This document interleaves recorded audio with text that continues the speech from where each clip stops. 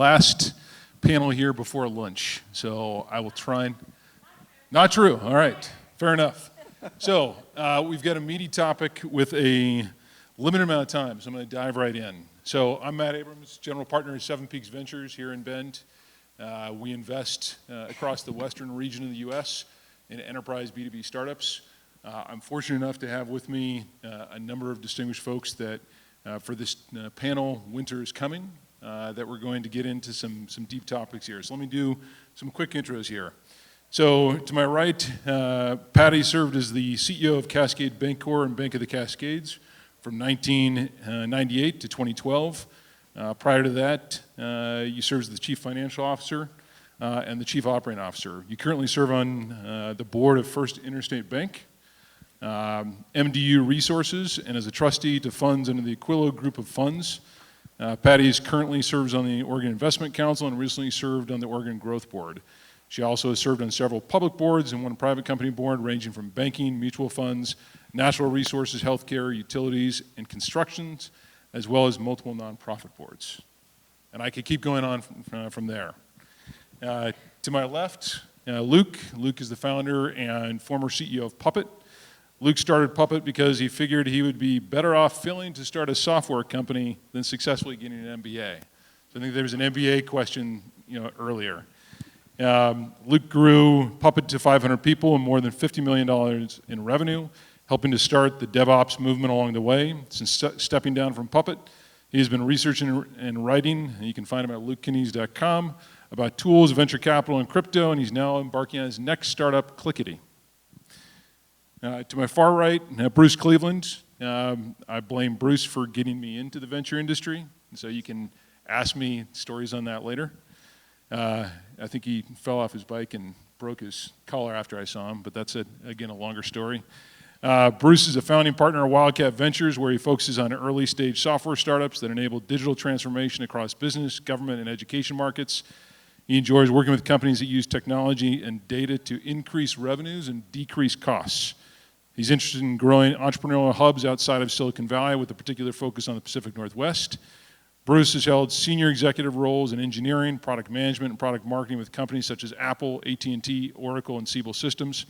He was a member of the founding executive team of Siebel Systems with Tom Siebel, where he served as senior vice president and general manager of the marketing and products. He was also a first investor in Marketo, which IPO'd in 2013 and was acquired by Adobe in 2018 for almost $5 billion.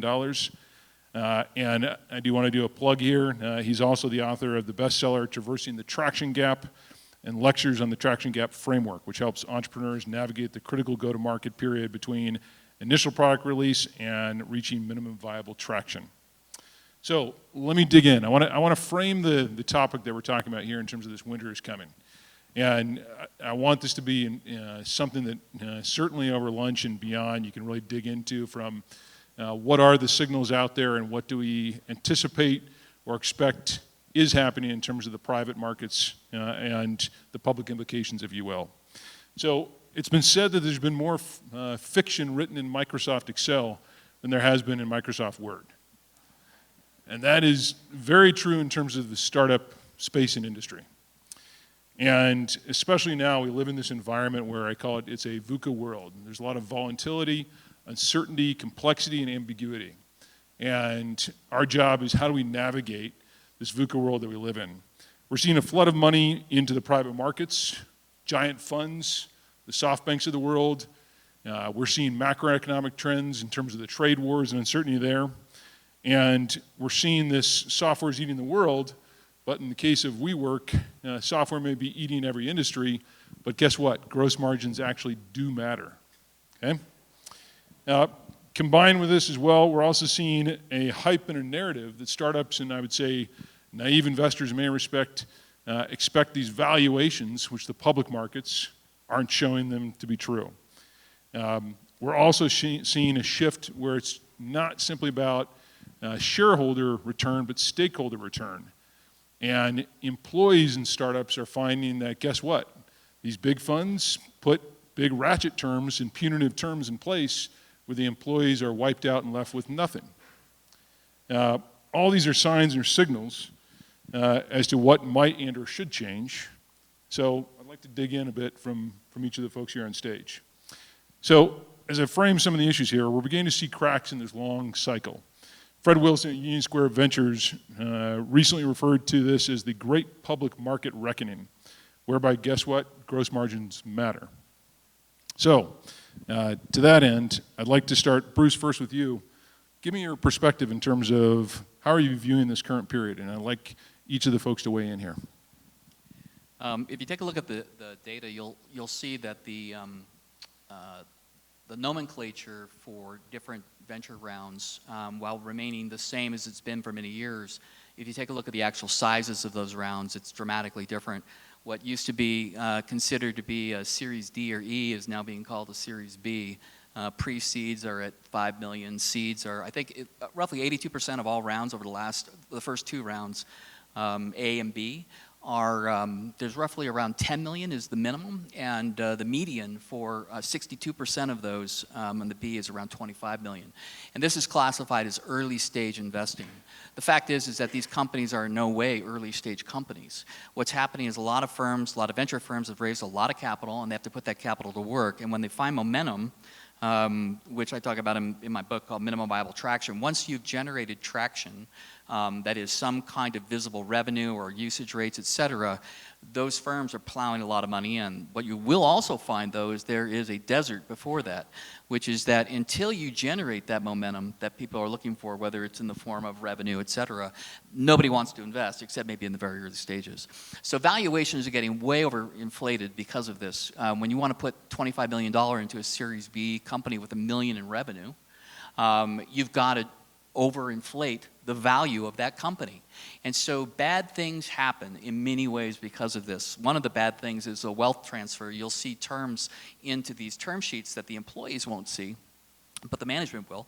And those terms are basically things like participating preferred. Basically, it's a wealth transfer from the employees and management team into the investor's pocket if you're not able to continue to produce valuations that exceed those rounds. Now, this sounds like a lot of, financial engineering in the beginning. It's monopoly money, right? It's just stock, equity, et cetera. But eventually, if you do well, that actually turns into real money.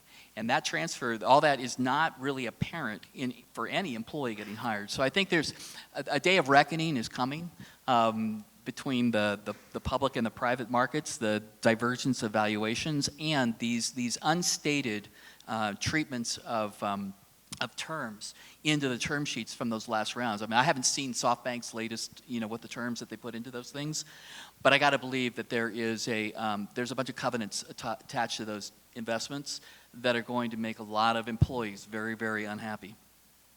Patty, you're involved in the public markets. You get a different perspective on this. Can you talk about your view at this point? Yeah, my perspective isn't terribly different, but I'm seeing a lot in the desert category. And if you think about the very smallest of startup firms up to the time when they're doing round A, that desert that's in between is becoming a much, much larger desert. And and there's lots of cash out in the system. I mean, the large number of funds that are investing huge amount of money. There's a lot of money on the sidelines chasing private equity deals, chasing venture real estate. And what happens is with the uncertainty in the environment is it makes that desert period of time, which I thought was a great description, last longer than you would anticipate, which then, of course, destroys the resource, eliminates the resources, and then requires covenants that companies never managed having to deal with that result in what Bruce is talking about. Luke, you're on the entrepreneurial side. You started Puppet during the first desert, if you will, in terms of the broader macroeconomy. Give us your perspective here. First, I think it's great to build companies in downturns.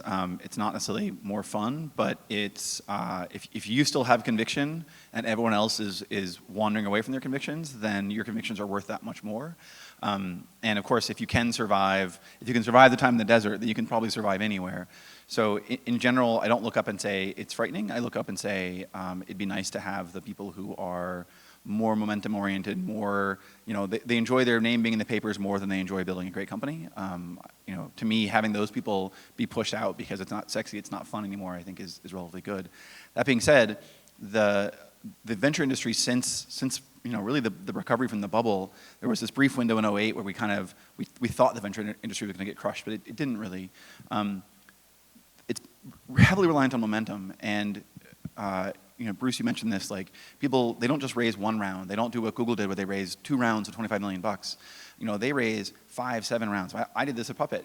And the slightest thing goes wrong, and you go from a company that's worth $500 million or $1 billion or $2 billion based on forward-looking revenues, and they can easily raise $100 million on, for 10% of the company, and you miss one number, you miss one little bit, and suddenly no one will give you $1. And you have WeWork where it's like, oh, we had enough money for 6 months. Actually, we have enough money for 6 weeks. And also the CEO's fired, and like things turn really, really fast. And so the more you're out over your skis on that, the worse it is when things flip. I wanted to have some charts up, but just because of the time, it wasn't going to work.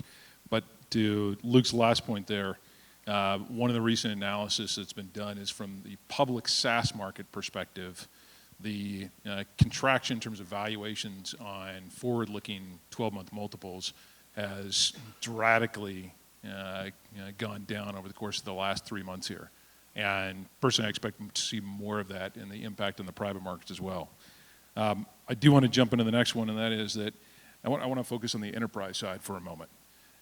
And for investors in early stage tech, particularly in the enterprise world, we're always looking for that next big thing. And you've got an overabundance of what I would call solution capacity that is available for executives within the enterprise world to choose from. Bruce knows this well in terms of the MarTech landscape.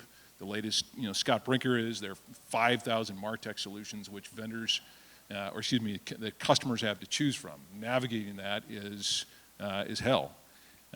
As downturns come upon us, it shifts from what's the nice to have, what are the innovations that enterprises might be looking at and trying to take a leading edge on, as to what's the must have, and how do they sift through the noise. There are 3 questions I have for each of you here. The 3 are, one, what must entrepreneurs do even more of in a belt priority tightening environment? How much runway do they need to survive? And so Bruce, I'll have you start with that. Then Patty, I'd like you to drill into, you're in the enterprise world and making decisions as to what's the nice to have versus the must have, to talk more on that, et cetera. So the areas that I invest in B2B enterprise SaaS, and one of the things that I got tired of seeing where a lot of companies fail, and actually the reason I wrote this book was to expose the reason that 80-85% of all venture-backed companies fail. If it's consumer, it's about 90-95%. Consumer packaged goods, it's 98%.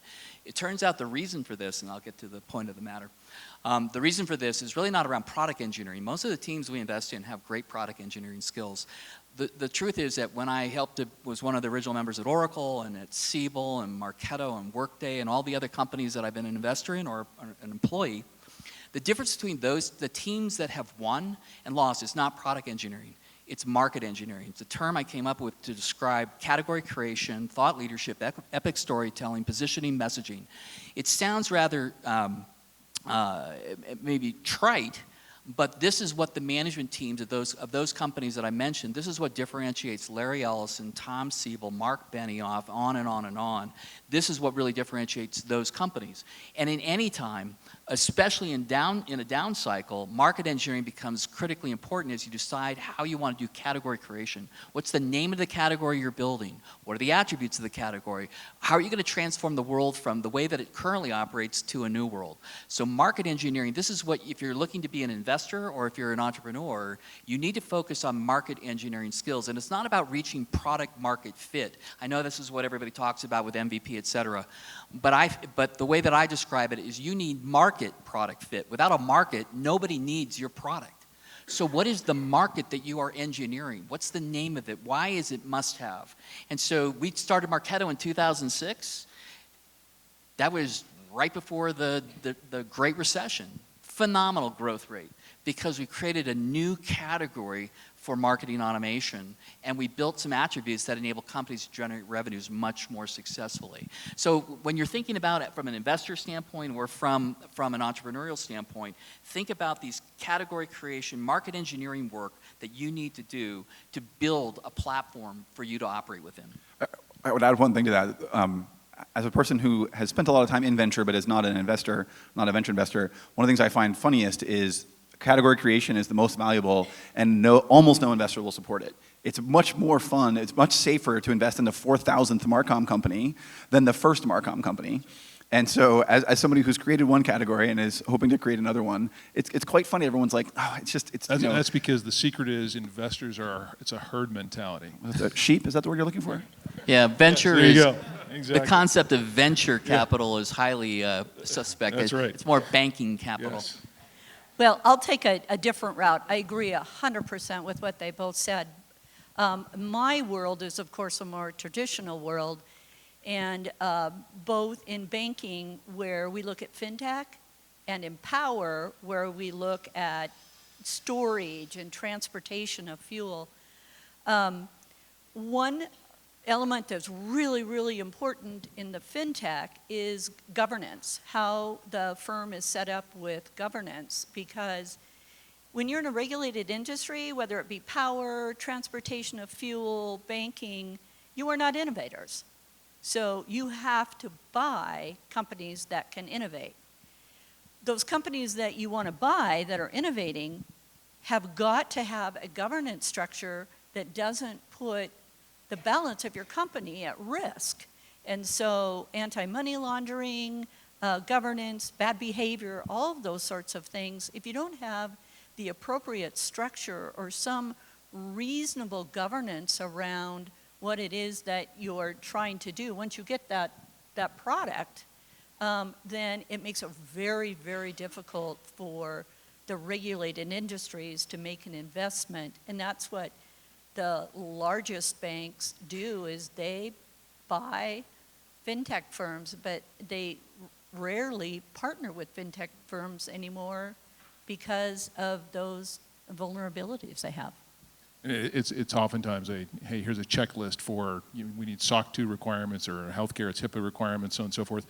Walk me through what you're seeing right now as to, or are you seeing a shift to, okay, we've got to cut the nice to haves in terms of the boards you're serving on the companies, to here's what we must, over the next 12 months, here's where the investments are that we have to make. We can't look at this extraneous stuff.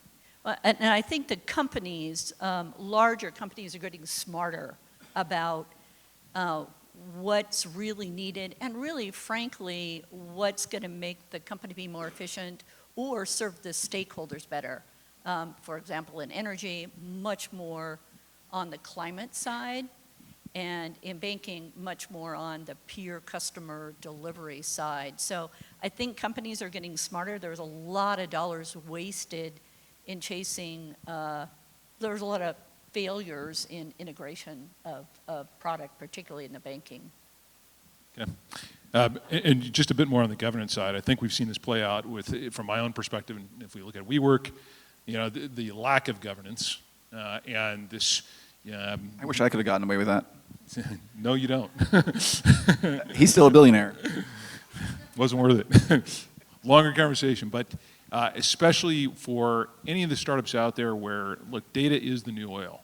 We're all optimizing based upon, I think, some of the companies that we're already presenting here in the early stage. There are those who say data is the new toxic waste too, though. So There is. But when it comes to data privacy, and what we're seeing around GDPR, CCPA, of what we expect to see in more regulatory governance frameworks, you have to have your eyes and visibility to that. You can't have that as an afterthought. And when we talk culture, from a startup culture perspective, what does it mean in terms of data assurance, integrity, ethics, bias, so on and so forth?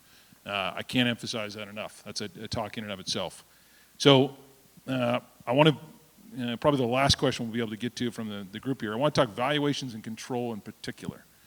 Because I think it's very, we read a lot of sensationalized headlines about these crazy valuations. And when Bruce, you mentioned in terms of these ratchet provisions that employees are not aware of, that these large funds put into later rounds, et cetera.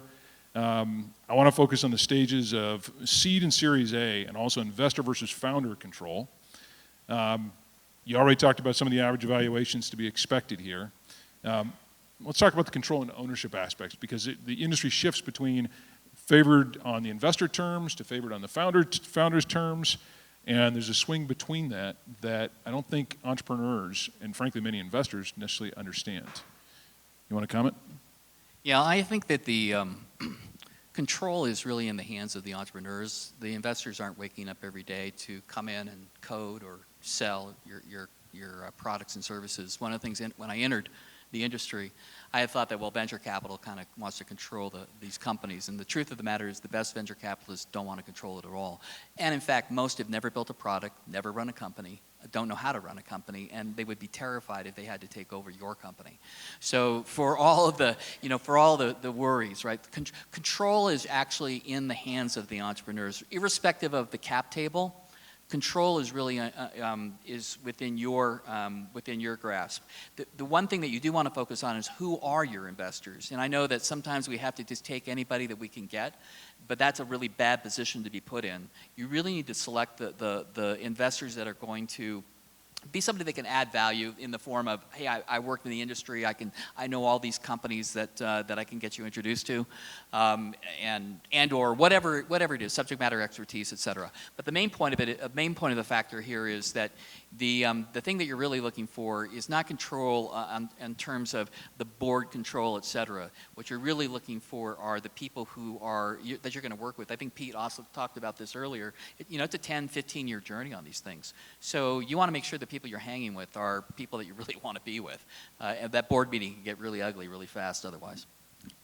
As an entrepreneur, I would roughly agree with that, but I was also an entrepreneur who was pushed out of my own company. So that's true until it's not true, and when it's not true, it's suddenly very not true. So I sympathize with entrepreneurs wanting to have structural control for longer than historically they have, and there absolutely are firms out there who are overjoyed at the opportunity of firing a founder and putting in somebody that they know well to run the company they've invested in. So you got to be careful. We're getting the hook here as well. I wish this could go on for another half hour in terms of this discussion. Let's open it up to questions from the audience. I think we've got time for 3 questions is what I hear.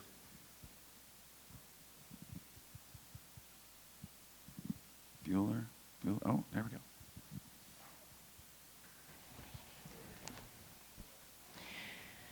Thank you so much. It's been a great panel. What can we do to help support investors to be able to have better education around corporate governance, about investing, about what it takes to actually help support these companies? As it was spoke about earlier today with Chris, there is a lot more accessibility to education in this space, but there's still a lot of learning that everyone needs to do. Bruce, you want to take this? Yeah, so somebody mentioned about getting their MBA. Remember, these are PowerPoint companies that we're investing in. They're not spreadsheet companies. Your MBA will be of no value. There's nothing to evaluate. You need other proxies. Proxies in the form of domain expertise, or proxies in the form of actually being an operating person who understands a specific function. Those are the kind of people we need in venture. We don't need more people out of Harvard and Stanford, et cetera, with MBAs. We need more people with subject matter expertise, et cetera. And learning venture, I mean, I was 30 years on the operating side. I didn't know anything about venture. None of the companies I was involved in had anything to do with venture. So I would argue that the learning, there is a lot more learning. I mean, one of the reasons I wrote this book called Traversing the Traction Gap is to expose a prescriptive strategy to go from ideation to this point in time called minimum viable traction. Well, why? Because my partner, Wildcat, Jeffrey Moore, who wrote Crossing the Chasm and a bunch of other books that you might have read, he wrote about markets. And then Steve Blank, who was here a few years ago, and Eric Ries wrote about lean startups and how do you govern a company through the go-to-product phase. But where everybody gets kneecapped is in the go-to-market phase, and that's what this book is about that I wrote. So I'm writing, but a lot of other people are writing. A lot more people are exposing things that you can look at that you don't have to go to college for, that you can just read and get a lot of learning from that. But I would emphasize that if you want to be a venture capitalist, first go be an operating executive. Go learn. Nobody wants you on their board if you don't know what the heck you're talking about. So go become a successful operating executive, then do venture capital. Next question. So you initially talked a little bit about companies in the desert, and I say we have quite a few here locally that are probably in that stage. Are there any specific pieces of advice that you give those companies about traversing it? The first one is, and this is the rule for all venture-backed startups, step one to succeeding is having a great company. And having a great company has multiple definitions, but you've got to have customers who love your product, you've got to have a good product, you've got to know how to deliver it to them, you've got to be able to make money on the product. Nothing replaces that in the long term, and the venture in theory is like, oh, well, I'll spend 5 to 7 years pouring money down the toilet, and then eventually I'll have a great company. Never lose sight of that need to have a great company, and you have optionality if you've got if you're living more on customer dollars than investor dollars. You've got optionality if you've got a business, if you've got real assets, if you've got a great brand. Those things you should have anyway. You can't afford to wait 5 years to build it. You can't afford to wait until you're at Series C and you'll figure it out. So that's the big thing, is always have a great company and never make a choice that is, oh, well, this looks better, but it makes us a worse company for some period of time. Never make that choice. That's what I would say, and that's especially so in the lean times. Can I pile onto that for a second? So the way that I categorize it on product, revenue, team, and systems, and at every value inflection point from ideation through MVP through this thing called MVT, minimum viable traction, there are different emphases that you have to make at those particular, so different elements, product, revenue, team, and systems take a point of prominence depending upon where you are in that continuum. What you need to understand is the person sitting on the other side of the table, what are they thinking? What are the risk reductions that you, if you're trying to sell your financial product, because that's what you are selling. You're not selling your product, you're selling a financial product. So you have to think about the person on the other side of the table, what is the financial product that they're buying from you? And that's defined as product, revenue, team, and systems. That's what makes up that financial product. So you need to understand, what do you look like in comparison to other companies at your stage in the market? And if you understand that, then you can engineer the way that you discuss your company and what it needs to do in such a way that you can attract an investment. And that's really that's the other reason I wrote this book, is really, what do you need to do, and what is that person on the other side of the table thinking about your company? And without having the guardrails in place, without having these different metrics exposed, it's been a rock fetching exercise mostly for the entrepreneurs. You don't know what to bring. They just tell you, hey, it's really great to keep it. Maybe we'll keep in touch and come back and see me in 6 months and see how you do. Right? That usually means, hey, you're not interesting from the standpoint of traction. So, but don't go talk to other investors either, right? I'm not going to give you money, but don't go ask anybody else for it either. Yeah, exactly. But we need to expose this stuff. I mean, we need to be able to understand what are the investors looking for, and that's why I wrote all the metrics and the guidelines for where you are, so that way you can look at it and go, okay, well, we're not ready, or we are ready. Look at how we're doing, and be confident that what you're saying is relevant to the rest of the industry. One other thing that, working with very, very small businesses too, that are starting up and making their first pitch and their first presentation, you have to stay focused, but you also have to listen. Because as you're talking to audiences, they'll help interpret whether or not they think your solution is actually solving something, or they may perceive a bigger problem that needs to be solved. And what I have seen with startup companies making pitches is focus is good, but they get so focused on what they believe the solution is. There's an opportunity out there that even makes more sense for them to evolve to, but they're not listening. And I think that's an important component. I think the other piece, and this may seem very simple, most entrepreneurs do a lousy job at telling the story of just the before and after. Like, I would love every single one, give me the very simple before my solution, after my solution, and iterate on that. And if you can't do that in a very simple fashion, in something which is a big enough pain, and whether it's reducing costs, increasing revenues for your end customer, then you need to go back to the drawing board. You got to keep iterating on that. I think we got, Aaron, do we have one more time for one more question? Hello? You've described a lot of pain, and innovation follows pain. And you mentioned, Bruce, the idea that we're missing the types of venture, or we need more venture capitalists that are more of what you described as opposed to the ones that we've historically had. Are we trending that way, or is this a problem that has not been innovated against yet? So it is good to end on a good note. I actually think there is optimism. When I started Puppet 10, 15 years ago, the vast majority, there weren't very many funds. They were very much gatekeepers. There was no information available. You got a term sheet as an entrepreneur, you knew nothing about the term sheet. There's no longer an information gap today, which I think is fantastic. When I started looking into whether it made sense for me to be an investor over the last few years, there were something like, I think, Silicon Valley Bank was tracking 250, 270 first-time funds that were raising for the first time. Almost every one of those funds is an operator who had some success at Pinterest or at some other big company, and they're out raising capital. Now these companies, a huge number of these venture funds are gonna fail, although you won't know for 10 years. But we're gonna have a whole new cadre of investors, and these investors are not all white dudes who went to Stanford or Harvard. They're a completely different set of people with different experiences, with different preferences.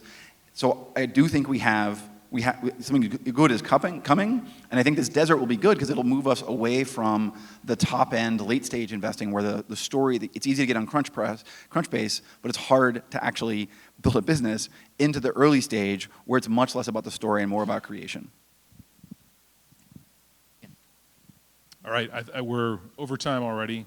Certainly grab us out in the lobby, and thanks for the panelists for the time and the expertise. Appreciate it.